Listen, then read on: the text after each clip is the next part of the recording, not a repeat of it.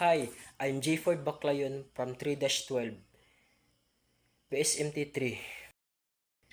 Feel the fear and do it anyway, by Susan Jeffers.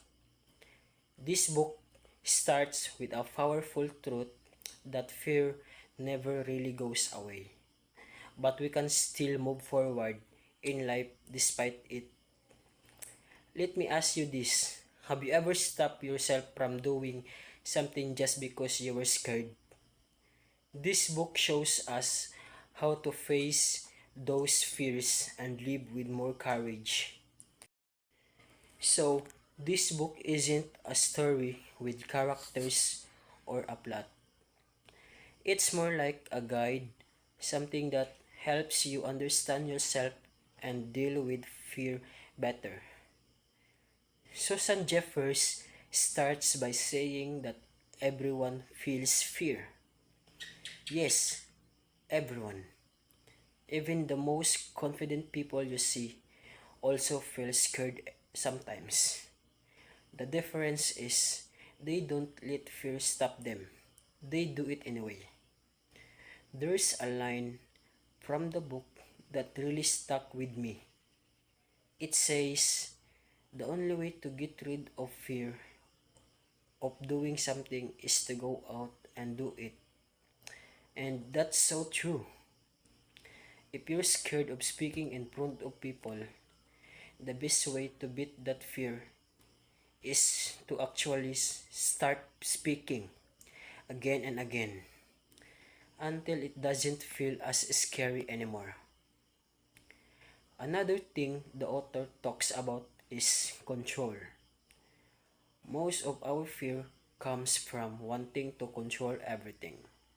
What people think, what might happen, or if things will go perfectly.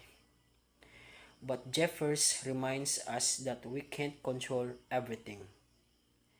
The only thing we can really control is how we respond. Once we accept that, we start to feel calmer and fear doesn't control us anymore. She also talks about how we speak to ourselves. Sometimes we say, I can't handle this, and that makes our fear worse. But when we change it into, I can handle it, our mindset changes too. We start believing that we're strong enough to face whatever happens. What nice about this book is that it's not just talk, it gives real advice you can use in life. Like saying yes to new opportunities, trying even when you're unsure, and trusting yourself more. The main message is simple.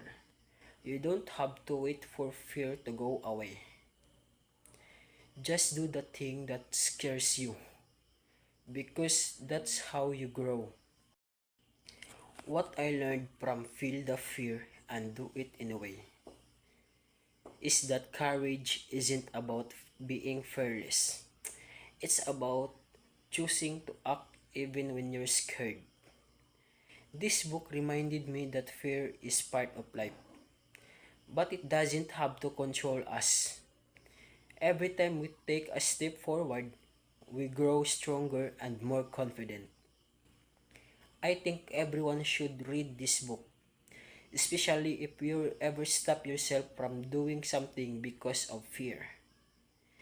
It will help you see that you're capable of so much more than you think. As Susan Jeffers said, feel the fear and do it anyway. A short message, but one that can truly change your life.